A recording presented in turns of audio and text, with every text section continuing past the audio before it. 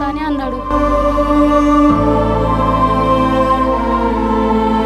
ఇది అంటే ఇట్లా కత్తి చేయగానే ఇట్లా చేసిన నేను పానం ఇడ్చబెట్టేసిన అయ్యేలా పోతున్నా నేను అని నా చెంప మీద ఇట్లా కొట్టి వెళ్ళిపోయారు వాళ్ళు. साले बहुत बात कर रहे उसको चाकू फसोड़ उसको అట్లా అన్నారు. ఆ టైంలో ఇనుపరాడుతోటి కత్తి కూడా ఉంది, కమ్మ కత్తి. ఇనుపరాడుతోటి నడుము కొట్టింది సార్. ఇంట్లో బొక్కి ఇరిగిపోయింది, బాగా నొప్పి ఉంది.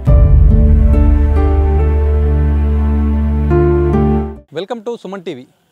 ప్రస్తుతం ఎక్కడ చూసినా ఉమ్మడి నిజామాబాద్ జిల్లాలో దొంగతనాలు పెట్టరేగిపోతున్నాయని చెప్పొచ్చు.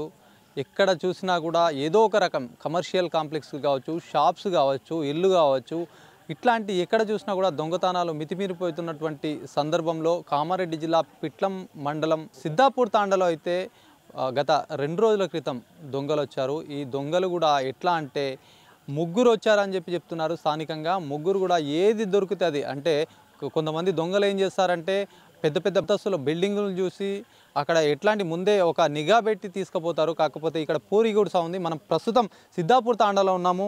వాళ్ళ కుటుంబం సంబంధించినటువంటి ఇల్లు చూడండి ఒకసారి. ఈ సిద్ధాపూర్ తాండకు సంబంధించి ముగ్గురు దొంగలు గత 2 రోజుల క్రితం వచ్చారు. వచ్చిన దొంగలు కూడా మాటు వేసి అక్కడ పక్కనే ఒక బిల్డింగ్ ఉంటుంది. ఫస్ట్ ఆ బిల్డింగ్కి వెళ్ళారు. బిల్డింగ్ కొత్తగా కన్స్ట్రక్షన్ అయింది. ఆ బిల్డింగ్లో ఆ సంబంధించినటువంటి కుటుంబీకులు ఎవరు లేనిది చూసి కూడా అక్కడ ఒక రిక్కీ నిర్వహించారు. ఏం లేదు అక్కడ కంప్లీట్ చూసారు. కన్స్ట్రక్షన్ మొదలైంది, కంప్లీట్ అయింది. కొద్ది వస్తువులు మాత్రమే ఉన్నాయి. చూసుకున్నారు, అక్కడ ఏం లేదు, ఎక్కడ ఏం తోచని పరిస్థితి. పక్కనే ఆ బిల్డింగ్ అక్కడ ఉందండి. దాని పక్కనే ఇక్కడికి వచ్చారు. ఫస్ట్ ఇక్కడికి వచ్చేసేసి ముగ్గురు వచ్చారట. ముగ్గురు వచ్చి కూడా ఈ చెట్టు ఉంది, ఇది కరివేపాకు చెట్టు. ఈ కరివేపాకు చెట్టు పక్కన ఇద్దరు నిలబడ్డారు. ఇద్దరు ఇక్కడ నిలబడి ఒక్క అతను ముసుగు కప్పుకొని డైరెక్ట్గా ఇట్లా వచ్చేసాడు.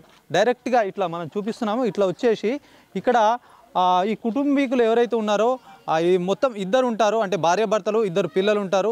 ఇక్కడ ఊర్లో పండగ జరుగుతూ ఉంది, పెద్ద మొత్తంలో పండగ అవుతుంది కాబట్టి ఏదైతే మహిళలు ఉన్నారో బయట పడుకున్నటువంటి సిచ్యువేషన్లో కూడా ఇక్కడ 2 మంచాలు ఇక్కడ మనకు కనిపిస్తుంది. ఇదొక మంచం, దీని పక్కనే ఇంకొక మంచం పెట్టారు. ఈ మంచంలో కూడా తల్లి మహిళ ఇక్కడ పడుకున్నారు, భర్త ఇక్కడ పడుకున్నారు. ఈ నేపథ్యంలో ఒక అతను ముసుగు కప్పుకొని ఇక్కడ ఉన్న ఏదైతే మహిళకు ఒక కర్ర పట్టుకొని నిండా కప్పుకుంటారు కదా, నిండా కప్పుకున్న క్రమంలో కూడా కర్ర పట్టుకొని ఇట్లా లేపారట. లేపి ఆమె ఎంతంటే నిద్ర దాదాపు 1:30 ప్రాంతంలో, అర్ధరాత్రి 1:30 ప్రాంతంలో పడుకున్నటువంటి మహిళకు ఒక కర్ర తీసుకొని లేపేసరికంటే ఆమె తన భర్తనే అనుకొని మొదటగా అయితే ఏం తెలియనినట్టుగా కూడా ఏందండి చెప్పండి అన్న విధంగా మాట్లాడిందట. ఆ క్రమంలోనే ఆయన ఒకేసారి తీసి ఏమైనా ఉంటే ఇచ్చేయండి అని చెప్పి కత్తి గొంతు దగ్గర పెట్టడంతో కూడా ఆమెకి ఏం చేయాలనో అర్థం కాని పరిస్థితి. ఏం చేయాలనో మీకు ఏం కావాలంటే అది తీసుకోండి, మా ఇల్లు కూడా చూడండి ఎట్లా ఉందో, మా ఇంట్లో ఏముంటాయని మీరు దొంగతనానికి వచ్చారు, చూడండి ఏమున్నా తీసుకుపోండి, మా ప్రాణాలకు మాత్రం ఏం హాని చేయకండి అని చెప్పి ఆమె చెప్పడంతో కూడా మొత్తం కూడా అసలు ఆమె చెప్తున్నటువంటి బాధ వర్ణనాతీతం. ఎందుకంటే ఏదైనా పెద్ద ఇళ్లలో చోరీ చేసేవాళ్ళు వేరే ఉంటారు, మరి చిన్న ఇళ్లలో చేసేవాళ్ళు కూడా వేరే ఉంటారని తేడా లేదు. దొంగలకు ఏది దొరికినా కూడా అది లాస్ట్కు ఏది గ్లాస్ దొరికితే కూడా గ్లాస్ తీసుకుపోయేటటువంటి పరిస్థితి ఇప్పుడు ఉన్నదని చెప్పొచ్చు. ఇక్కడ ఈ తాజా పరిస్థితి చూస్తే మాట్లాడదాం. బాధితురాలు ఉన్నారు, ఇట్రా అమ్మ ఒకసారి చెప్పండి అసలు ఏం జరిగిందమ్మా. ఇప్పుడు మీ పేరేంటి ఫస్ట్? కవిత. ఏం జరిగిందమ్మా ఫస్ట్? మేము ఇద్దరము ఈడ వండుకున్నాం సారు. ఈడ వండుకుంటే మా ఆయన అట్లా వండుకున్నాడు, మేము మా బుజ్జి నడుమ వండుకునేది మేము ఈడ వండుకున్నాం. అయితే లేచిన ఇట్లా కప్పుకున్నా కదా, అది బొంత కప్పుకుంటే వచ్చిండు. వచ్చి ఏం చేసినంటే ఇట్లా కట్టె ఈడ మాదే ఉండే కట్టె, ఆ కట్టె తీసుకొని ఎప్పుడు తీసుకున్నాడో మాకు తెలియదు. తీసుకొని ఇట్లా లేపిండు. లేపితే నేను లేచిన, ఏం చేస్తున్నావే అట్లా కట్టె పట్టుకొని నేను బూగలు పడుతున్నా, ఇట్లా ఏం చేస్తున్నావే అని నేను అన్నా. అయితే ఏం లేదు సప్పుడుదాకా ఉండు అని అన్నాడు. అయితే ఇట్లా పాము ఉన్నదా ఏమొచ్చింది అంటే ఇట్లా చూసిన ఏం లేదు. ఆయన మా ఆయన అనుకున్నా. అయితే వెనకకి వెళ్ళి మాట్లాడలేదు, ఇట్లా చూసిన. అయితే మా ఆయన మా పాప ఇద్దరు వండుకున్నారు. ఈయన ఓలు అని అడిగితే, మీరు ఓలు అని అడిగితే మేము దొంగలు ఉన్నాం అక్క అని అన్నాడు. ఎందుకు వచ్చినావు, ఏమున్నదని వచ్చినావు, ఓలు తోలేసిరు నీకు అని అన్న. మీ ఇంట్లో ఏమున్నది అక్క, తాళం ది అన్నాడు. తాళం నా దగ్గర లేదు, నేను తాళం మా ఆయన వేసిండు ఎడబెట్టిండో తాళం లేదు అన్న అని చెప్పిన. అయితే తాళం తీయకపోతే నేను కత్తితోటి ఇట్లా పొడిచి చంపేస్తా అని అన్నాడు. అయితే ఆయన అన్న అమ్మ తాళం తీసినా ఒకటే తీయకున్నా ఒకటే, మా ఇంట్లో అయితే ఏం లేదు, మా దగ్గర కూడా ఏమీ లేదు. 10,000 బాకీ తీసుకొచ్చినాము, రేపు గుడి పూజ ఉన్నదని మేకవిల్లే తెచ్చినాము. ఇలా సామాన్ కూడా తెచ్చుకున్నాము. ఏం చేస్తావు?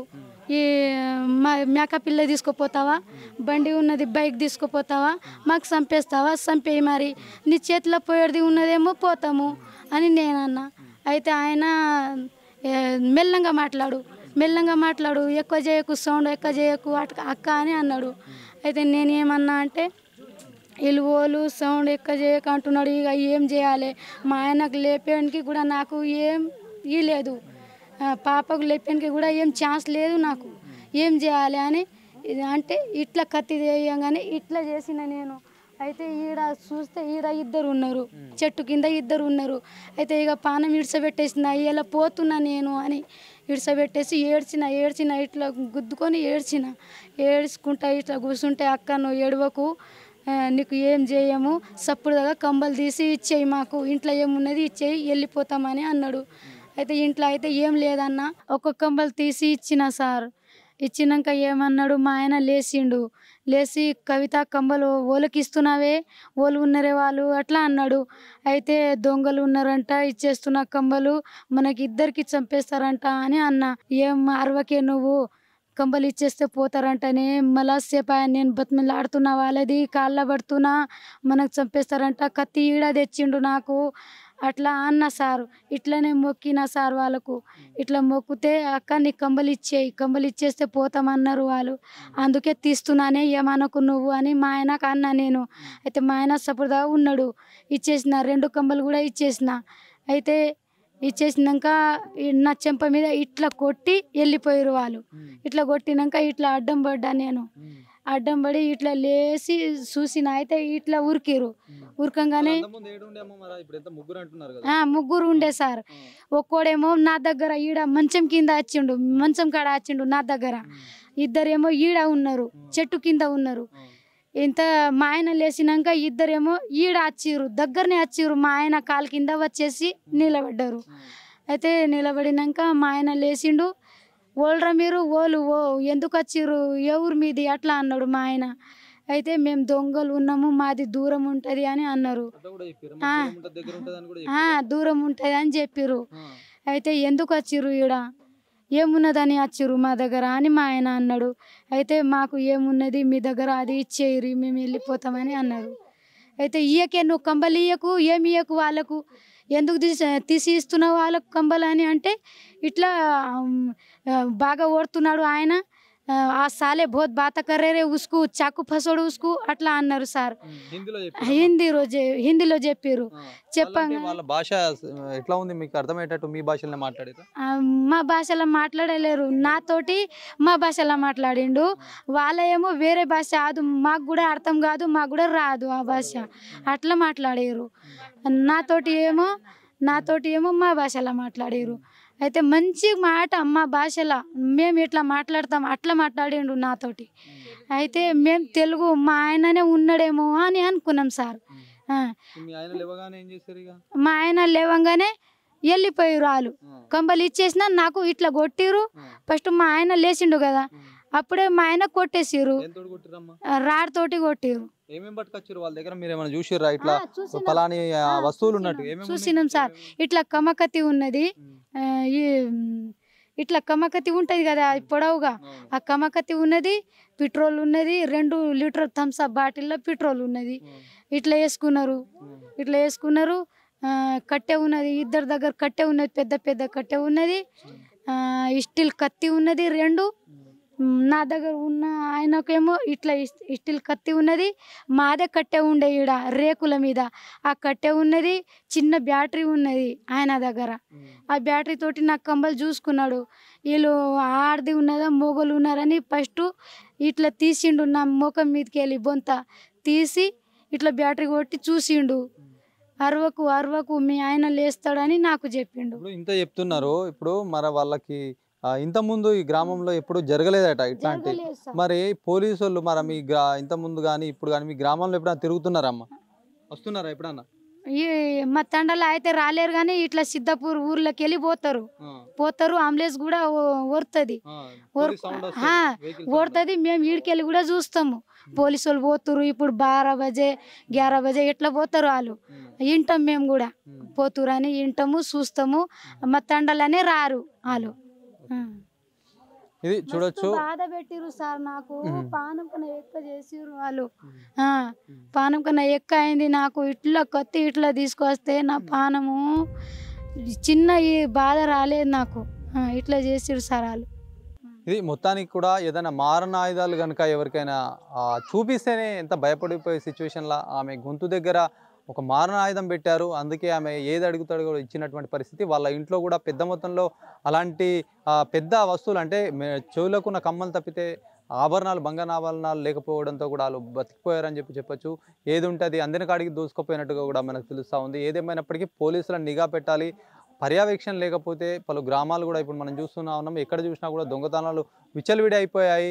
ఏది అందరి కాడికి దోచుకుపోతున్నటువంటి క్రమం ఉంది కాబట్టి పోలీసులు పెట్రోలింగ్ పెంచాలి మరి గ్రామాలని అంతా కూడా ప్రతి మండలం పరిధిలోని మండలానికి సంబంధించినటువంటి పోలీస్ స్టేషన్ ఉంటుంది అది పెట్రోలింగ్ చేయాల్సినటువంటి క్రమం మరి అలాంటి పెట్రోలింగ్ చేయకుంటే మరింత కూడా ఇట్లా చుట్టుపక్కల ఉన్నటువంటి గ్రామాలు సైతం కూడా భయాందోళనకు గురయ్యే అవకాశం ఉంటుంది కాబట్టి ఖచ్చితంగా పోలీసులు మరింత దృష్టి పెట్టాలని స్థానికులు కోరుతున్నారు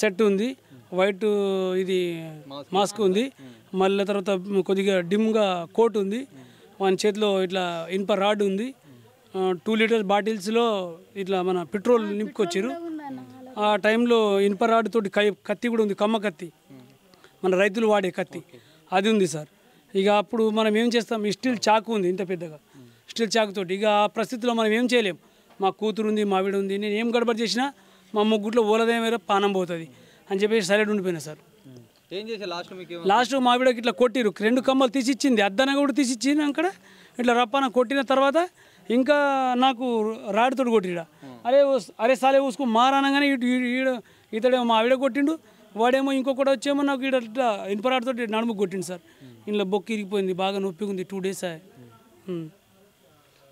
రైట్ మనం చూడొచ్చు గ్రామంలో కూడా పెద్ద మొత్తంలో అంటే పండగ చేస్తారు కాబట్టి వచ్చారట వచ్చిన క్రమంలో కూడా ఎవరికైనా అది నార్మల్గా ఏదైనా ఉండి తీసుకుపోయినట్టు కాదు మెడ మీద ఒక నైఫ్ లాంటిదో లేకపోతే ఒకటి షార్ప్నైనటువంటి ఒక వస్తువు పెట్టి కూడా ఆమెని బలవంతంగా తీసుకున్నటువంటి సిచ్యువేషన్ మరి చూడొచ్చు ఇది మొత్తానికి మహిళలు వాళ్ళకి ఏదైనా ఇబ్బంది అంటే పండగ ఉంది ఇంట్లోకి వెళ్ళడం కుదరని పరిస్థితిలో బయట పడుకోవడం జరిగింది ఈ పడుకున్న క్రమంలోనే ఇలాంటి ఘటన జరగడం కూడా తీవ్ర విషాదం చోటు చేసుకుందని చెప్పొచ్చు ఎందుకంటే కాలనీ మొత్తం కూడా ఇక్కడ ఉన్నటువంటి తాండావాసులు కూడా బిక్కుబిక్కుమంటూ వాళ్ళకు ఏదైతే ప్రొటెక్షన్ ఇవ్వాల్సినటువంటి పోలీసులు మరి పెట్రోలింగ్ కూడా పెట్రోలింగ్ సంబంధించి పోలీసులు వస్తున్నారమ్మా అంటే పోలీసులు మీ ఇక్కడ ఏదైనా ప్రతిరోజుగానే ఒక రౌండ్ ఏమన్నా వేసిపోతారా ఇక్కడ ఈడ రారు ఈ పిట్ల ఈ సిద్ధాపూర్ ఊర్లో వస్తారు రారు ఎప్పుడు రారు అంటే ఒక రాత్రి ఎప్పుడైనా ఒకసారి ఒక రౌండ్ వేసి మీకు వెహికల్ రాదా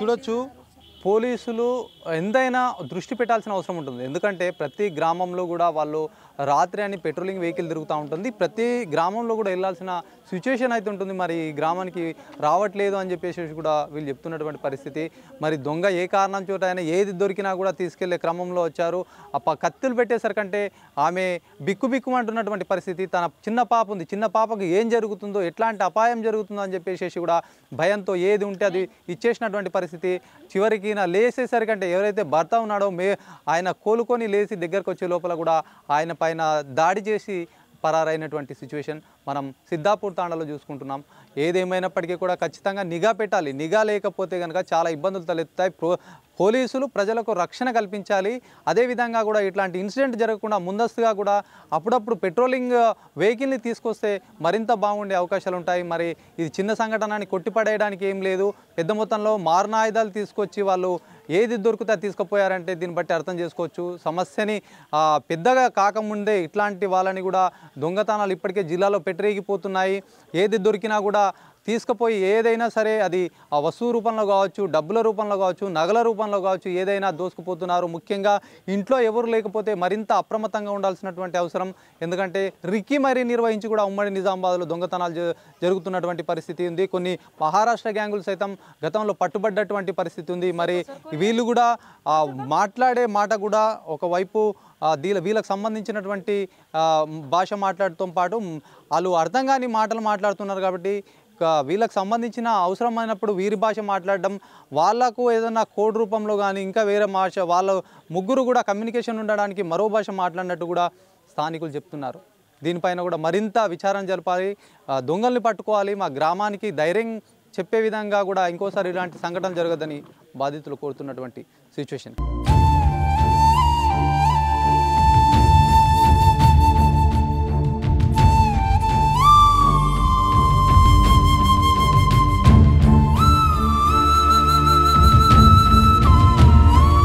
ఆ దొంగలు వచ్చిన క్రమంలో కూడా ఆ భార్యాభర్తల పక్కన ఒక పాప ఉండే, ఆ పాప కూడా బిక్కుబిక్కుమంటున్నటువంటి ఆ పరిస్థితి తల్లి గమనించి ఆమె ఆ నోరుని కూడా మూసేసినటువంటి క్రమం. ఎందుకంటే ఎవరైనా వచ్చినప్పుడే ఎంతో భయపడతారో అలాంటి దొంగలు వస్తే ఇంకెలాంటి పరిస్థితి ఉంటుంది.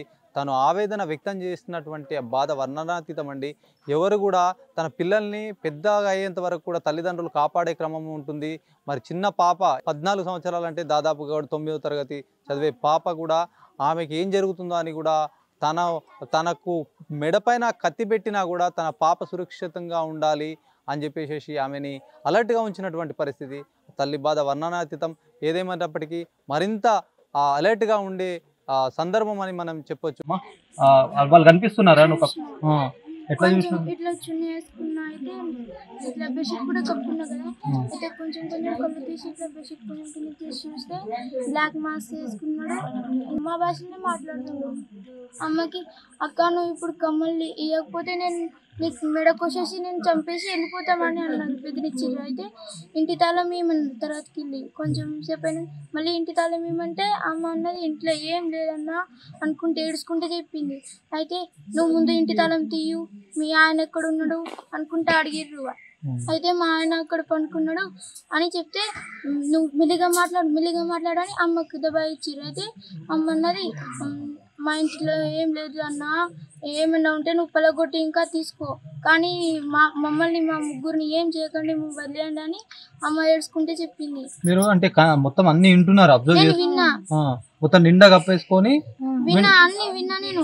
మళ్ళీ ఆమెమో లివ్వక అనుకుంటా నా చేయి గట్టిగా పట్టుకుంది కింద. మీ మమ్మీ పట్టుకుంది, చేయి కింద పట్టుకుని లివ్వక అనుకుంటా నాకు గిచ్చింది. ఇట్లా లివ్వకంటే మళ్ళీ నేను లేస్తే ఇక్కడ మెడకొచ్చేసి వాళ్ళ గొంతుకొచ్చేసి ఇక్కడ పారిపోతారో చంపేస్తారేమో అనుకుని నేను ఇంకా భయపడుకుంటూనే ఇట్లా ఉన్నా.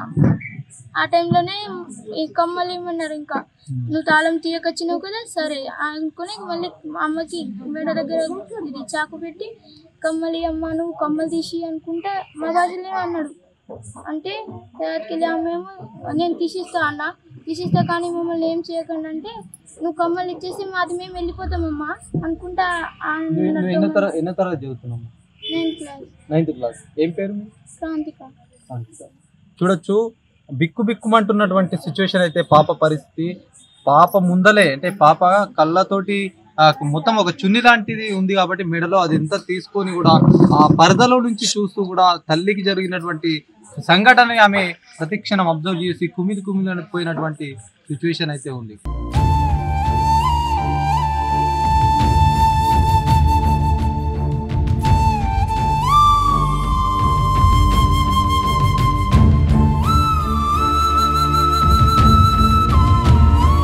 మొదటిగా సిద్ధాపూర్ తాండాలోని ఇక్కడ కనిపిస్తున్న బిల్డింగ్కి మొదటగా ఏదైతే ముగ్గురు దొంగలు కూడా ఇక్కడికి వచ్చినట్టుగా కూడా స్థానికులు చెప్తున్నారు.